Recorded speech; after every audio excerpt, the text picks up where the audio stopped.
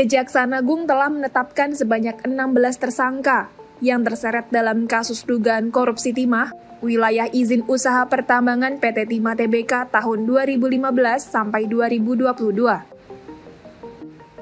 PT Timah menjadi sorotan usai Kejagung menetapkan Helena Lim alias Crazy Rich Pig dan Harvey Moise, suami dari aktris Sandra Dewi, sebagai tersangka dalam kasus tersebut.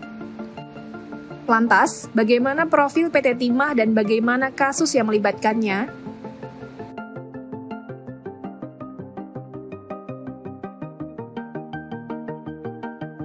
PT Timah Tbk adalah perusahaan produsen dan eksportir logam timah yang didirikan sejak 2 Agustus 1976 dan berdomisili di Pangkal Pinang, Bangka Belitung.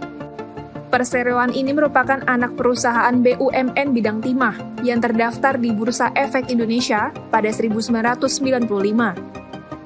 Izin usaha penambangan yang dimiliki oleh PT tersebut seluas 473.310 hektar di darat dan lepas pantai Bangka, Belitung, serta Pulau Kundur.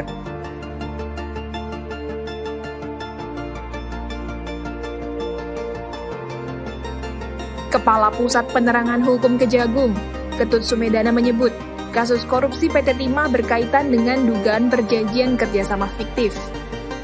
Menurutnya, kasus itu melibatkan sejumlah direksi PT Timah.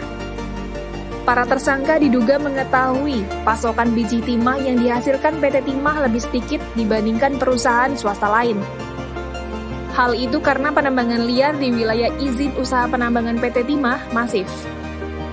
Namun, bukannya menindak penambang ilegal tersebut, perusahaan itu justru mengajak penambang ilegal untuk bekerja sama. Para direksi PT Timah lalu menawarkan untuk membeli hasil penambangan ilegal itu dengan harga di atas standar yang telah ditetapkan.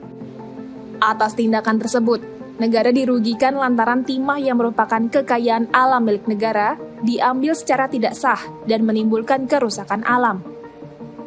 Korupsi komoditas timah yang melibatkan PT Timah itu mengakibatkan negara menanggung kerugian dengan nilai mencapai 271 triliun rupiah.